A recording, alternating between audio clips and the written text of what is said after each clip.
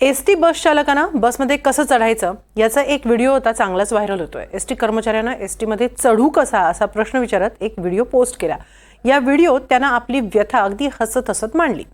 एसटीच्या केबिनमध्ये ड्रायव्हरला चढण्यासाठी टप्पे बनवलेले आहेत, मात्र गाडीचा दरवाजा एकीकडे आणि चढण्यासाठी बनवण्यात आलेले टप्पे दुसरीकडे अशी गत झाली आहे। त्यामुळे सांगा मी आता गाडीत चढू कसा असा प्रश्न व्हिडिओच्या माध्यमातून या एसटी ड्रायव्हरनं विचारलाय। पाहूया।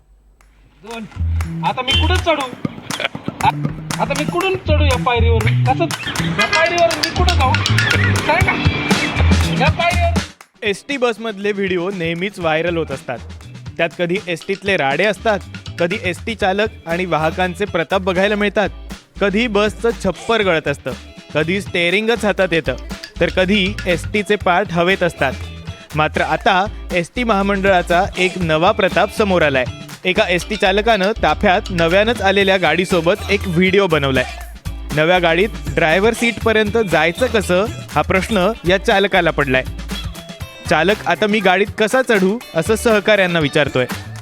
पायऱ्या बनवलेल्या आहेत बघा, मी आता कसा चढत आहे गाडीमध्ये।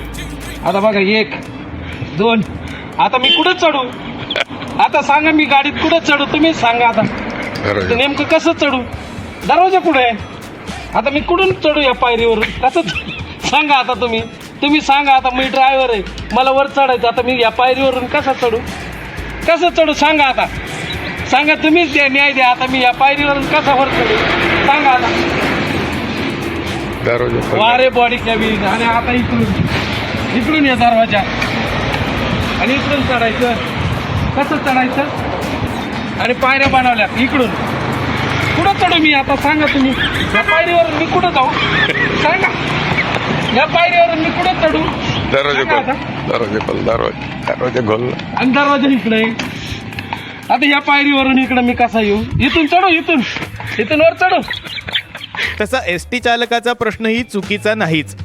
नवीन बस बनवताना एसटी महामंडळाच्या इंजिनियर्सकडून थोडीशी गल्लत झालीये खरी, म्हणूनच चाकाच्या मागे पाय ठेवण्यासाठी जागा बनवण्याऐवजी पुढच्या बाजूला जागा बनवली आहे आणि या जागेवर पाय ठेवून चालक फक्त खिडकीपर्यंतच पोहोचू शकतो। पण गाडीचं डिझाईन बनवणाऱ्यांना खिडकीतून गाडी कशी चालवायची हा प्रश्न पडायला हवा होता। कदाचित त्यांनी या पायऱ्यांवर एकदा चढून बघितलं असतं तर बरं झालं असतं।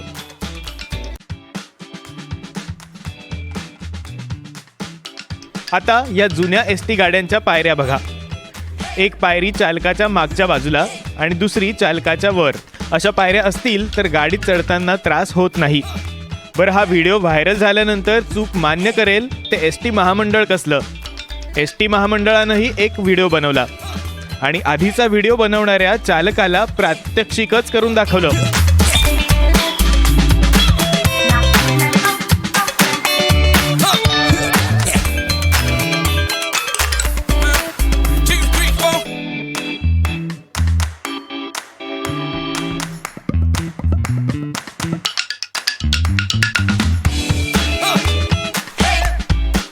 पण प्रात्यक्षिक दाखवणारे चालक गाडीत चढताना दुसरा पाय चाकावर ठेवायला लागतोय हे विसरलेत।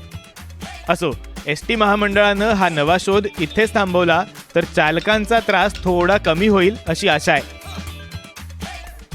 Bureau report, NDTV Marathi.